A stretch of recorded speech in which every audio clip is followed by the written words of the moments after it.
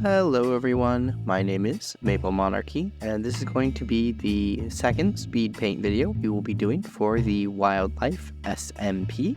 This video will contain spoilers for the first two sessions of Wildlife SMP, as I will reference both during the videos as influences for the designs as well as references for the drawings. If you haven't seen either or both of these, I would recommend watching them before watching the rest of this video. All that said, let's get into it. So I was actually going to have this video released almost a week ago. I had already drawn the SubOne Club and was preparing to put a video together when I went and browsed Twitter, or Bluesky, I do not remember which one it was, and I saw how other people were drawing the teams, and it made me go, hey, I don't actually have to perfectly adhere to the skins. I can get really creative with it. So I started over from scratch and made all the drawings that are in this video. The drawing replay from that original drawing has been on in the background, and the design decisions for Grian did influence my design choices later, so we will be starting with Grian. I would also like to mention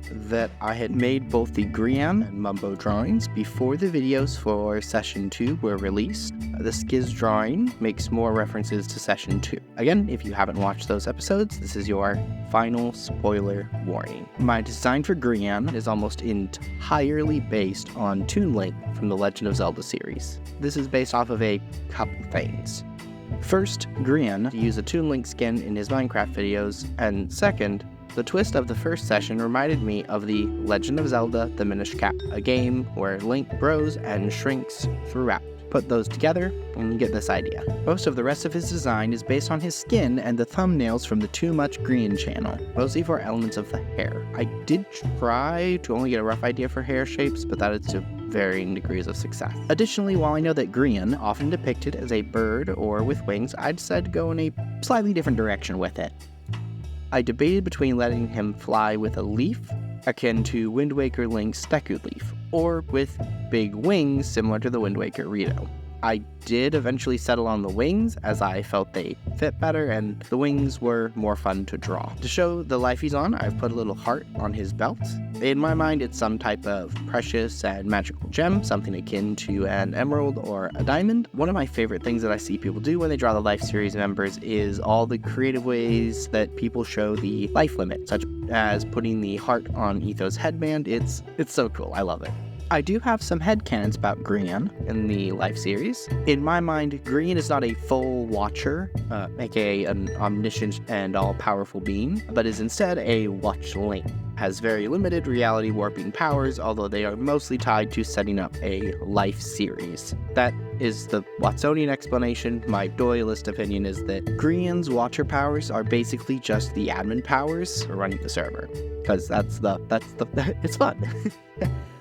He is pestered by the Watchers. They manifest either through Grian's cap, a la Ezio from the Minish Cap, or as a small purple fairy, a la Navi from Ocarina of Time. They mostly pester him about getting the games moving and making stuff happen. Grian usually ignores them to the best of his ability, though they do sometimes force his hands in certain circumstances. For Mumbo, I actually went in a different direction. Since Mumbo is generally known as a redstoner, I thought about ways I could tie the idea of that into the size changing. And that's when I remembered the Disney fairy movies and went, oh yeah, you just make Mumbo a Tinker Fairy. And the rest followed from there. Mumbo's the one who actually adheres the closest to his default skin. Unlike his default skin, Mumbo wears a greener suit with only a vest instead of a full jacket. I worked with the idea that Mumbo's clothes are actually made from dandelion fluff that's been weaved into the shirt, pants, and vest.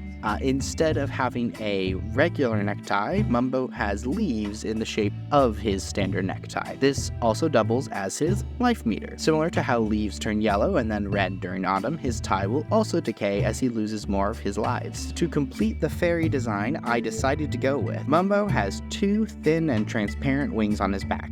He doesn't require pixie dust to fly, but it does take a lot of energy for him to get off the ground. His wings do still sparkle. Before we move on to Skiz, I do want to note the massive thing Mumbo is looking through in the background, because this is one of the things that pushed me towards making Mumbo a Tinker Fairy. While he is using it like a telescope, it's actually a microscope. Mumbo is looking through it the wrong way, but that allows him to change the zoom on his telescope fairly easily. I had a lot of fun doing that little bit of design, but that's the, it's so much fun. Skizzleman is the one I had a ton of fun with. You can tell that by the time I was working on these drawings, the new episodes had come out and I had already watched them.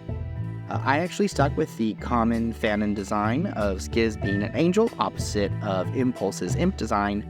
I did make some adjustments though. Instead of a halo, Skiz gets a headband. I felt this was a little more fun than having another, like, glowing light, right? But also, it kind of fits with my design ethos of making nothing too, like, not making any specific individual of the group seem too powerful, right? That's why Grian is a watchling, not a watcher, and Skiz, while still having the angel wings, doesn't have the halo.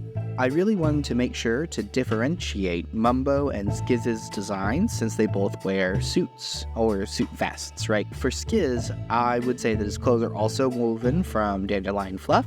Since Skiz's shirt is sleeveless and looks torn, I went with the idea that instead of being frayed fabric, it is actually just the fluff from the dandelion sticking out. Unlike Mumbo, Skiz also uses a leaf to serve as his vest, which he holds on with a safety pin, because again, all these designs started out when they were still the SubOne Club. So that is where a lot of the design influence for these characters are coming from. A fun thing to design with Skiz was deciding where his life meter would be shown. I didn't want to do the tie like I had done with Mumbo. I wanted to do something a little different, and I elected to make it a tattoo.